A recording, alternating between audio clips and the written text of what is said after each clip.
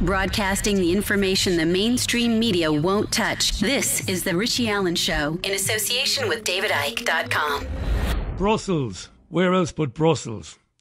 What we have been told so far, 2 of the men who carried out the attacks have been identified by the Belgian authorities as brothers Khalid and Brahim El Bakraoui. Both of them are Belgian nationals who were known to the police. Today, the Belgian federal prosecutor confirmed Khalid El Bakraoui was the suicide bomber in the metro attack. His brother Brahim was identified as one of the 3 suspects on CCTV at the airport shortly before the explosions there.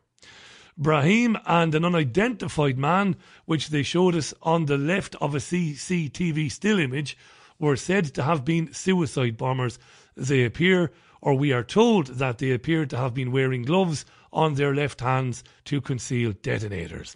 The third man, pictured wearing a hat, was said to have fled the scene without detonating his device.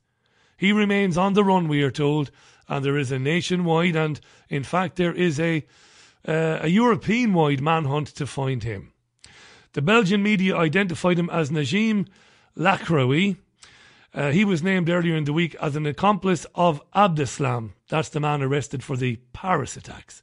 But this wasn't confirmed by the officials. What I'm telling you now is what they've been telling us. The federal prosecutor said police found a note written by Brahim El Bakraoui that said, "I don't know what to do. I am in a hurry. I am on the run. People are looking for me everywhere. And if I give myself up, I will end up in a cell." Apparently, he wrote that note before blowing himself up. Yeah, I don't believe it either. The so-called Islamic State group said its fighters were behind the attacks again. We were told this yesterday. At a news conference today, the prosecutor in charge of the investigation in Brussels, Frederick van Loo, said that police had conducted raids across Brussels since the attacks. They've arrested 2 people. 1 was released. 1 is still being questioned. Anti-terror raids were carried out in other cities, Anderlecht being one of them, making 1 arrest. 1 arrest was made in Anderlecht, and the identity of that man, his name hasn't been released. The Turkish authorities have weighed in and said that, well, they arrested one of these men and they couldn't connect him to any sort of terrorist activities, and there you go. We will get into more of that shortly. The British Home Secretary Theresa May addressed the House of Commons today by saying terrorists aim to destroy our way of life, but they will fail. They're not failing. I said this at the top of the programme. They're not. They're killing people. Or somebody is. She also confirmed that 4 British nationals were involved. 2 are in critical condition. Needless to say, anybody with a heart would wish them well. So here's some of what Theresa May had to say at Westminster today. Pay close attention to this. In the UK, the threat from international terrorism, which is determined by the Independent Joint Terrorism Analysis Centre, remains at severe, meaning that an attack is highly likely. In the last 18 months, the police and the security services have disrupted 7 terrorist plots to attack the UK. All were either linked to or inspired by Daesh and its propaganda. We know too that Daesh has a dedicated external operations structure in Syria, which is planning mass casualty attacks around the world. So what are you doing, Theresa May, to keep people safe? Stop funding them, Richie. Yes, of course, you cry that, I cry that. We know that. We know who created these jihadists. But they're allegedly out now, they're out of the box, and they're determined.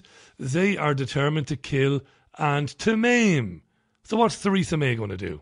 The government took precautionary steps to maintain the security of people in this country. This morning, the Prime Minister chaired a second meeting of COBRA, where we reviewed those measures and the support we are offering to our partners in Europe. Border Force has intensified checks at our border controls in Belgium and France, increased the number of officers present at ports, and introduced enhanced searching of inbound tourist vehicles. Further measures include security checks on some flights and specialist search dogs at certain ports. The police also took the decision to increase their presence at specific locations, including transport hubs, to protect the public and to provide reassurance. Big police presence to reassure, she said, not to frighten people. But considering what happened in Paris last November, hadn't she beefed up port security, railway station security and airport security anyway? That's a strange one. Again, Belgium was at red alert after Paris. How could the brothers rock up to an airport and rock up to a metro station, unload bags of bombs and guns, and then proceed unmolested to do their damage? But nobody asks Theresa May that. This is swallowed and regurgitated by the mainstream media. But here's the kicker. Here is the kicker. The Investigatory Powers Bill. A week ago, the House debated the second reading of the Investigatory Powers Bill, which will ensure that the police and the security and intelligence agencies have the powers they need to keep people safe in a digital age. Through our prevent and intervention programmes, we're working to safeguard people at risk and challenge the twisted narratives that support terrorism. This includes working with community groups to provide support to deliver counter-narrative campaigns.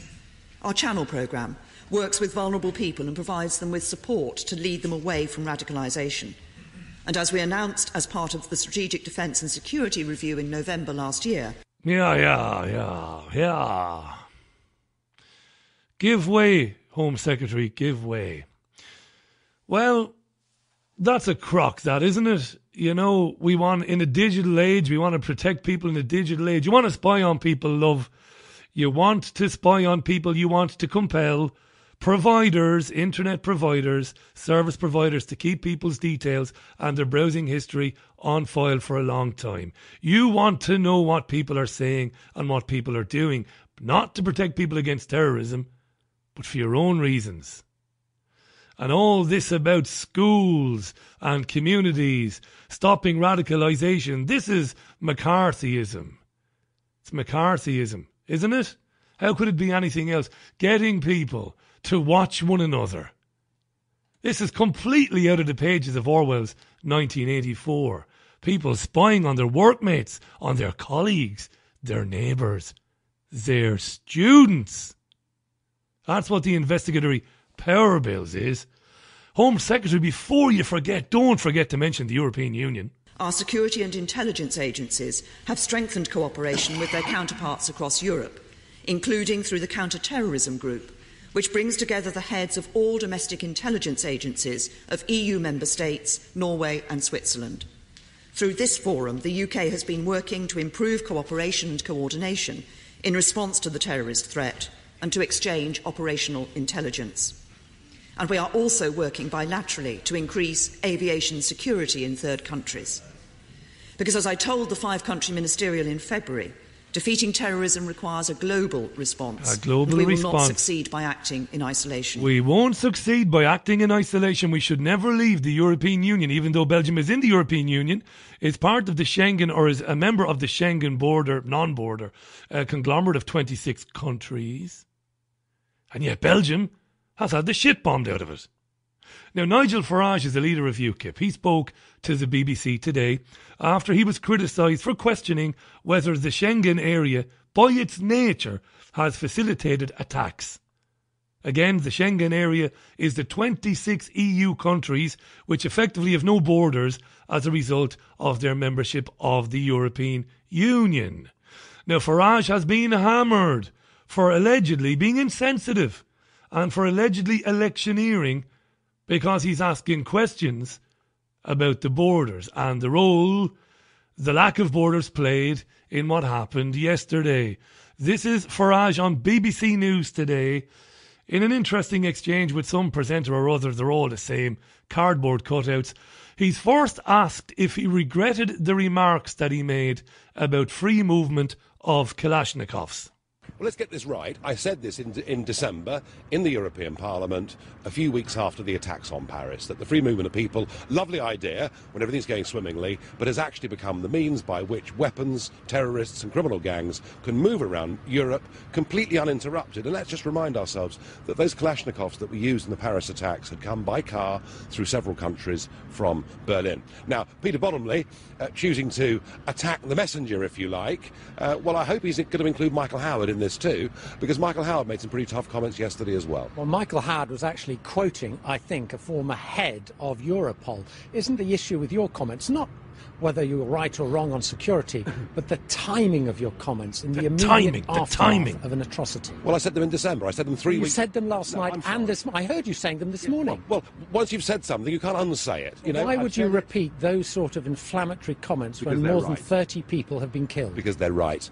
And don't think for one moment that it's just the Brexit side talking about this issue with reference to the referendum. We've had European leader after European leader in the last 24 hours saying this proves the need for European solidarity and for more integration. Name me one other British politician from another party who has made any sort of comment like the one you have. Well, MacLeod. No, he didn't. He was quoting the former head of Europol. Well, they were not his comments. I could have gone further. You're right. I should have quoted, actually, the boss of Europol, who said 2 weeks ago that he now believes there are up to 5,000 jihadi terrorists who've come into Europe posing as migrants. I could have said that, and that would have been a lot tougher. I thought Farage did very well today. I saw that exchange myself this morning. I don't know how he didn't punch the guy in the face. But the BBC idiot isn't interested in the merits of what Farage said. He still carries on with whether he should say it or he shouldn't say it. Was it sensitive? Was it insensitive? It seems we've had a lot of free speech issues with the BBC this week, haven't we? He won't let it go about should you or shouldn't you have said it. How do you think you would feel if one of your family had been killed or injured in that attack and they heard a British politician trying to make political point scoring out I'm not making political points. We have been saying for years, and particularly for the last year, that the open... We have a problem already. You know, when we had the atrocity in London 11 years ago, the people that committed it, you know, had actually themselves been born in this country. So we have a problem with jihadi terrorism already in our communities. The point that I'm making is that to open up the door to unlimited numbers of people, as Angela Merkel did last year, has brought thousands more potential terrorists into Europe, and because of the Schengen zone, they can, with bombs or guns, freely travel around the whole of Europe. And I think the EU needs a serious reassessment of that. No one is saying there can't be an argument about security. The issue is whether you were right to make these comments in the aftermath of an atrocity. At that point, I would have kicked him in the balls. That would have been the end of that. For mentioning it yet again, after saying 5 times, it has nothing to do with it. Now, by the way, I'm not sure about thousands. I agree with Patrick Henningsen, who was on the show last night, 21stcenturywire.com, insofar as Patrick is right to say that in some quarters there's hysteria, or there is a hysterical aspect to the claims that massive amount of terrorists are getting through. I do think Patrick's got a very good point there, but I stand by what I said, and you know, it's only my opinion. Remember that part of the agenda is to allow some through, and no good can come of that. But I understand Patrick. I'm not sure where Nigel gets the thousands and thousands. He's quoting the Interpol guy, but you could trust him as far as you could throw him. Intriguing stuff this, 19 minutes past the hour. This is the Richie Allen Show in association with DavidIke.com. We are live on Alternate Current Radio, on Fab Radio 2, DavidIke.com as well.